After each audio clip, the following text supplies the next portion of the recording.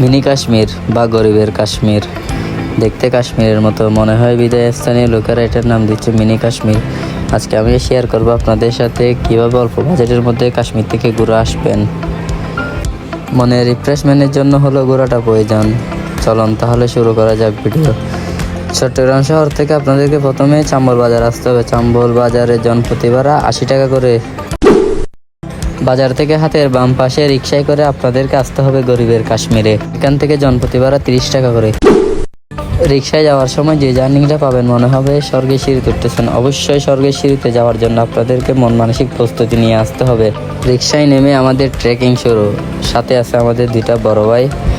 দেখছেন রাস্তার কি অবস্থা, পাহাড়ের পানিতে সব খাদ হয়ে গেছে।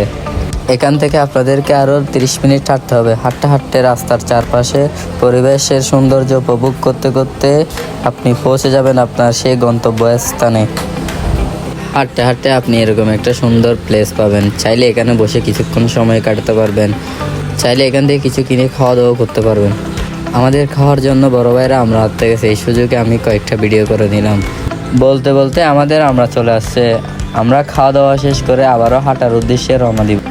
আর কয়েক মিনিট হাঁটলে আমরা আমাদের গন্তব্যে পৌঁছে যাব।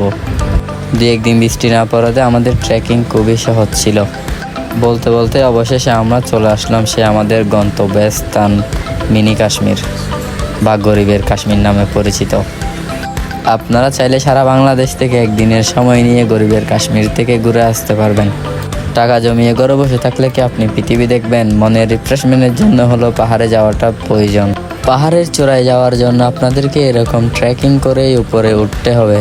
পাহাড়ের ট্রেকিং করা অনেক কঠিন। বৃষ্টি না হওয়ার কারণে আমার মনে হয় আজকের ট্রেকিংটা অনেক সহজ হবে। এরকম উঁচু নিচু পাহাড় বেয়ে আপনাদেরকে উপরে উঠতে হবে। উপরে যাওয়ার সময় চারদিকের পরিবেশ আপনার মন মুগ্ধ করবে।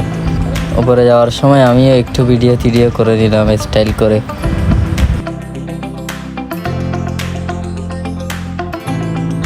দীর্ঘ আধা ঘন্টা ট্রেকিং করার পরে আমাদের সেই গন্তব্যস্থানে পৌঁছে গেলাম। কষ্ট করে ট্রেকিং করলাম, পাহাড়ের ফিলটা না নিলে কি আর হয়। এই সুযোগে আমিও একটু ভাপ নিয়ে নিলাম।